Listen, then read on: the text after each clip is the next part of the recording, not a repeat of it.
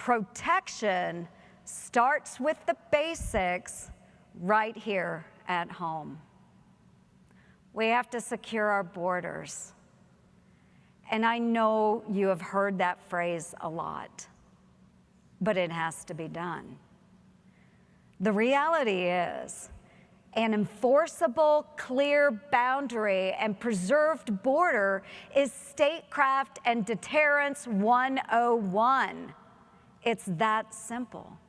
Without it, there's a clear incentive to take advantage of America's compassion and our rich history of immigration.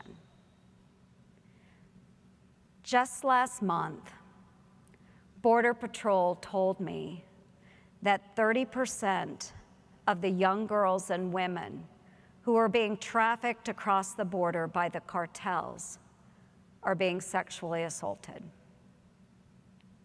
And the heartbreaking reality is, some of those women and girls never make it as far as our border.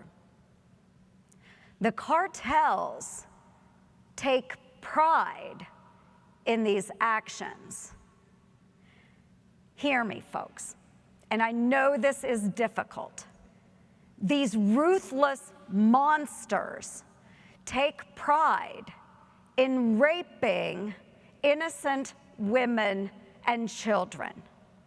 They take pride in flowing drugs across our border, so lethal they can kill you with just the smallest dose. And friends, those drugs don't just stay in Texas or Arizona. No, they travel up I-35 into Des Moines and Mason City. And they're wreaking havoc on the lives of my fellow Iowans.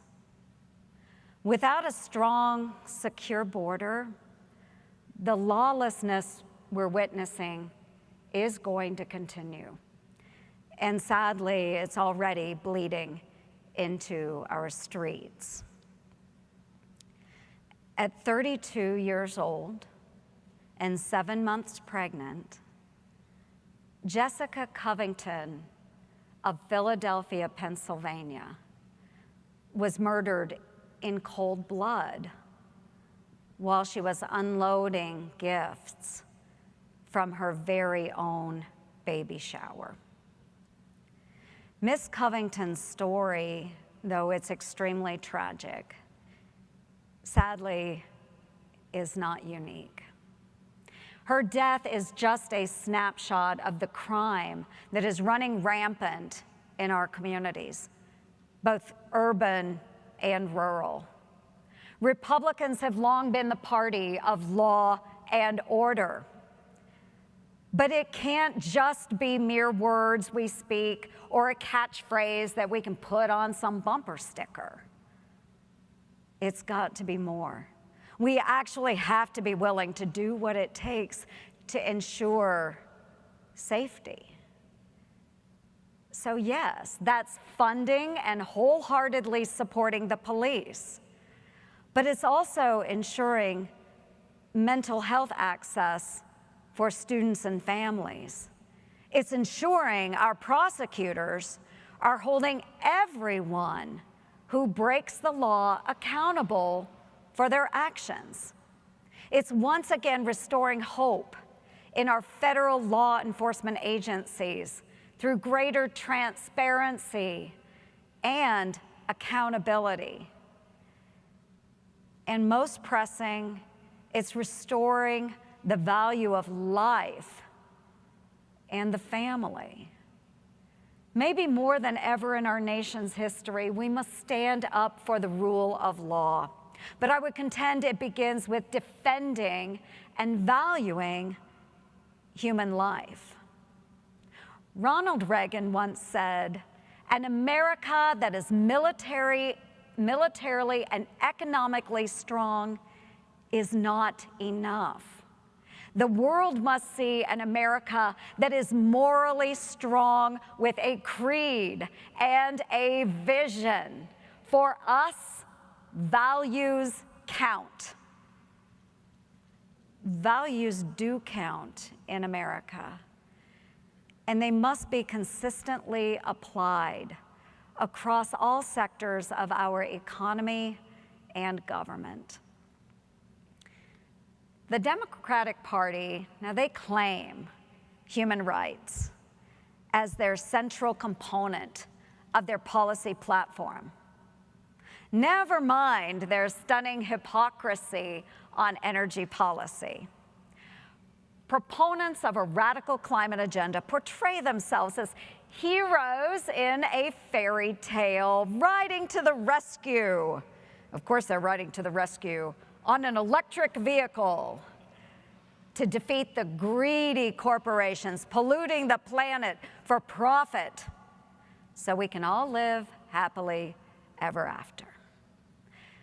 But the postscript to this fantasy reveals the electric vehicle supply chain is powered primarily by communist China's state-supported corporations, often using slave and child labor. But it's not just EV batteries. When the Biden administration rapidly and haphazardly pulled out of Afghanistan, they left behind a treasure trove to the tune of $1 trillion of rare earth and critical minerals that make up the utilities and technologies that we use every single day.